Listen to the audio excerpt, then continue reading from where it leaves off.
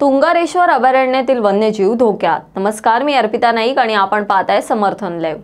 वनमंत्री सुधीर मुनगंटीवार यांनी पर्यावरण तज्ञ मॅकेन्झी डाबरे यांच्या तक्रार अर्जानंतर तुंगारेश्वर अभयारण्याच्या हद्दीलगत असलेल्या इको सेन्सिटिव्ह झोनमध्ये झालेल्या बेकायदा बांधकामांची, प्रदूषणकारी कारखान्यांची चौकशी करून त्यासंबंधी कारवाई करण्याचे आदेश वन विभागाच्या ज्या अधिकाऱ्यांना दिले आहेत त्या अधिकाऱ्यांची तुंगारेश्वर अभयारण्यालगतच्या इको सेन्सिटिव्ह झोनचे क्षेत्र आणि त्यासंबंधीची प्रादेशिक वन विभागाच्या अधिकाऱ्यांची असलेली कर्तव्य आणि जबाबदारी यासंबंधीची पाटी पूर्णपणे कोरी आहे।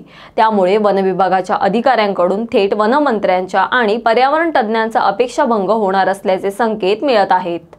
तुंगारेश्वर अभयारण्याचे इको सेन्सिटिव्ह झोनशी संबंधित असलेले प्रादेशिक विभागाचे मांडवी वन परिक्षेत्र हे कार्यालय वन विभागाने सौदेबाज आणि वशिलेबाज अधिकाऱ्यांसाठीच राखून ठेवले आहेत।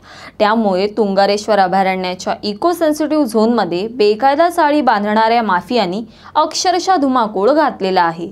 इको सेन्सिटिव्ह झोनच्या क्षेत्रात 100हून अधिक प्रदूषणकारी धूर रोखणाऱ्या चिमण्या सध्या कार्यरत आहेत। तसेच थेट तुंगारेश्वर अभयारण्याच्या हद्दीलगत बेकायदा बांधकामे निर्माण झालेली आहेत। वन विभाग आणि इको सेन्सिटिव्ह झोन या बाबी अस्तित्वात नसल्याप्रमाणे पोमणपासून ते शिरसाडपर्यंत तुंगारेश्वर अभयारण्याच्या हद्दीलगत बेकायदा बांधकामे निर्माण होऊन त्यात प्रदूषणकारी कारखाने आणि आस्थापना कार्यरत होत आहेत। सर्वोच्च न्यायालय तसेच केंद्र शासनाचा पर्यावरण, वन आणि जलवायू मंत्रालय या आस्थापनेच्या आदेशांची, निर्देशांची थेट मांडवी वन विभागाच्या वन परिक्षेत्र अधिकारी यांच्याकडून पायमल्ली होत आहे। इको सेन्सिटिव्ह झोनच्या संदर्भात पालघर जिल्ह्यातील वरिष्ठ अधिकारी आणि इको सेन्सिटिव्ह झोनच्या संदर्भातील समितीच पूर्णपणे निष्क्रिय आहे। त्यामुळे पर्यावरणाशी संबंधित असलेल्या नियम व अटींचे या ठिकाणी पालन होत नाही, अशी परिस्थिती आहे। पर्यावरण तज्ञ मॅकेन्झी डाबरे यांनी वनमंत्री सुधीर मुनगंटीवार यांच्याकडे इको सेन्सिटिव्ह झोनमध्ये झालेल्या बेकायदा बांधकामांसंदर्भात तक्रार केल्यानंतर आता संबंधित आस्थापनेसमोर वनमंत्र्यांना काय अहवाल सादर करणार आणि अहवाल सादर करण्यासाठी माहिती कशी संकलित करणार आणि संकलित केलेल्या माहितीवर कारवाई कशी करणार, इथपासून अनेक प्रश्न आहेत।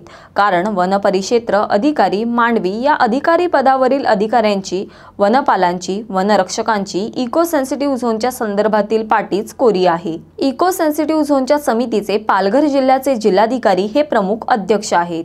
मुख्य वनसंरक्षक संजय गांधी राष्ट्रीय उद्यान, राज्य सरकारने नियुक्त केलेले पर्यावरण तज्ञ, प्रदूषण नियंत्रण मंडळाचे अधिकारी, नियोजन प्राधिकरणाचे अधिकारी, वन विभागाचे सर्वेयर आणि वन विभागाचे संबंधित उपवनसंरक्षक हे सदस्य म्हणून इको सेन्सिटिव्ह झोनच्या समितीमध्ये समाविष्ट आहेत।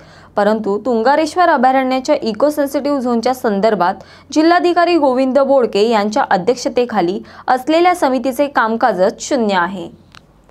वन विभागाच्या अधिकाऱ्यांनी तसेच मंत्र्यांनी वन विभागाची विश्वासार्हताच धुळीस मिळवली आहे। मांडवी वन परिक्षेत्र अधिकारी पदावर सक्षम अधिकारी देण्याऐवजी सौदेबाज अधिकारी नियुक्त केला जात आहे।